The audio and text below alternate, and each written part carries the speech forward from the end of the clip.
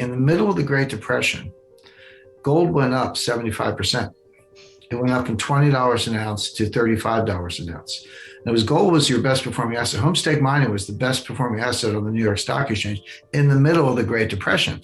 And we had two technical recessions in the Great Depression. If you say Great Depression, 1929 to 1940, I think that's generally accepted. We had two recessions, 1929 to 1933, and then again, 1937 and 1938.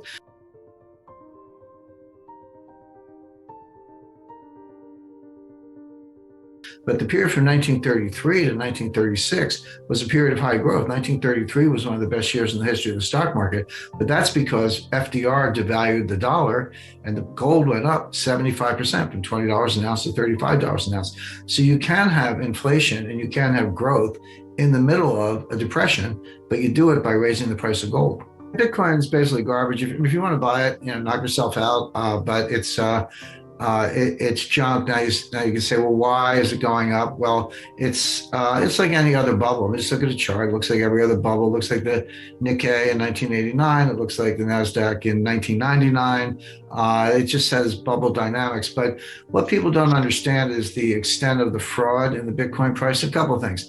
First of all, Bitcoin's trivial relative to gold. There's about $1 trillion of market cap in Bitcoin versus $24 trillion of market cap in gold. So that's not counting gold miners and paper gold and other forms of gold, et cetera. So it's the market's tiny. But here's what's driving Bitcoin. There's something called tether. Tether was just basically, there was a settlement yesterday with the New York State Attorney General where Tether admitted fraud, paid a fine. But here's what's going on with Tether. So Tether says they call themselves a stable coin, meaning you give them $1, they give you a tether, and they say one tether equals $1. Okay, so so you get your tether. Why do people want the tether? Well, they're using it in exchanges, not some of the couple of the more reputable exchanges, which do not accept Tether, by the way, but there are all kinds of exchanges around the world that don't have any money laundering rules, don't have know your customer rules, are not regulated, et cetera. And people are using the Tether to go buy Bitcoin. Sometimes they offer leverage, et cetera, and they're bidding up the price of Bitcoin. Now, just to kind of take that in reverse. So what happens when people want to sell the Bitcoin for Tether and then cash in the Tether for the dollars? Where are the dollars? There's no evidence that they have the dollars. In fact, they don't. They just kind of print Tether as it goes along. This is the greatest PONZI in history. It makes Bernie Madoff look like a prudent banker. People are too naive to understand what's going on. But the point is, it's not worth anything. I tried buying a cup of coffee with Bitcoin. You can't do it. And there used to be one coffee shop in Brooklyn they always pointed to. They said, you can go buy coffee there, but I think it's boarded up now. So you can't spend it. It's an open-ended speculation. If you like it, go for it, be my guest.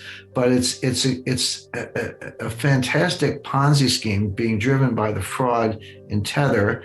And if you want to buy Bitcoin, do your homework and study what's going on in Tether. Look at where the Bitcoin purchases come from. They come from Tether. They don't come from hard dollars. And Tether says they take the hard dollars and they back it up, but they've never shown their bank account. They claim to have more dollars and their bank is in the Bahamas, but the number they claim, which has never been audited and never been visible, is greater than the combined dollar banking assets of the total Bahamian banking system by a factor of 10. So you tell me where the dollars are. They're long gone. They're being skimmed off by the billions, and these people are going to be left hung out to dry. So as we say in New Jersey, enjoy. Yeah, I mean, blockchain technology has been around since the 1980s. It's kind of boring, but it has nothing to do with so-called cryptocurrencies.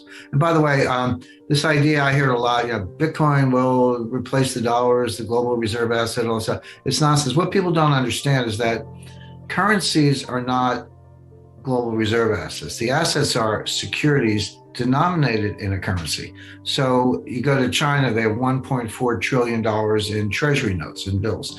And they do, but they don't have pallets of dollars, printed dollars stacked up in the basement of the People's Bank of China. They have securities, which, by the way, are in digital form. The original cryptocurrency is the US dollar.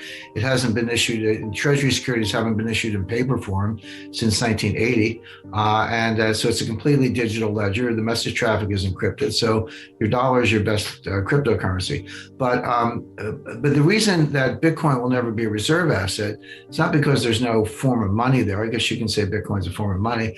It's because there's no bond market. There's no Bitcoin bond market. There are no securities to invest in, and there never will be. And here's why.